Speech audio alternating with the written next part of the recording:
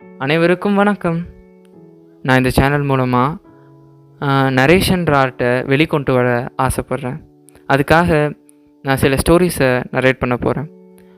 அதில் one of the stories என்னென்னா detective thriller. அப்படின்னு நான் இந்த பேரை சொன்ன உடனே உங்கள் மைண்டுக்கு ஒரு பேர் கண்டிப்பாக ஞாபகம் வந்திருக்கும். ஆமாங்க, இந்த வேர்ல்டுலேயே மோஸ்ட் போர்ட்ரேடு மூவி கேரக்டர்ன்ற கின்னஸ் வேர்ல்டு ரெக்கார்டு வாங்கின கேரக்டர் தான் அது. Yes, that is Sherlock Holmes. என்கிட்ட இப்போ ஷெர்லாக் ஹோம்ஸோட 4 நாவல்கள் இருக்குது. அதை ஒன்றொன்னா சம்மரைஸ் பண்ணி என்னால் முடிஞ்ச வரைக்கும் நரேட் பண்ண போகிறேன்.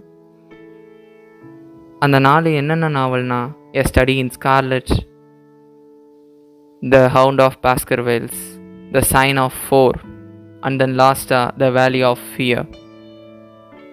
ஓகே, வீடியோக்குள்ளே போகலாமா?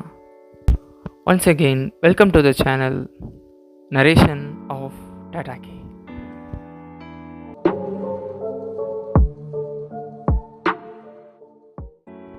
ஓகே, இந்த வீடியோ ஒரு இன்ட்ரோ வீடியோவாக தான் அமைய போகுது. இந்த ஸ்டோரிஸ் எழுதின sir Arthur igneous Conan toil பற்றி ஒரு சின்ன சம்மரியாக பார்த்துடலாம். இவர் இண்டன்பர்க், ஸ்காட்லாண்டில் மே 1859 பிறக்கிறார். இவரோட first story the mystery of Sasassa valley. அதை தொடர்ந்து இவரோட second story the American style.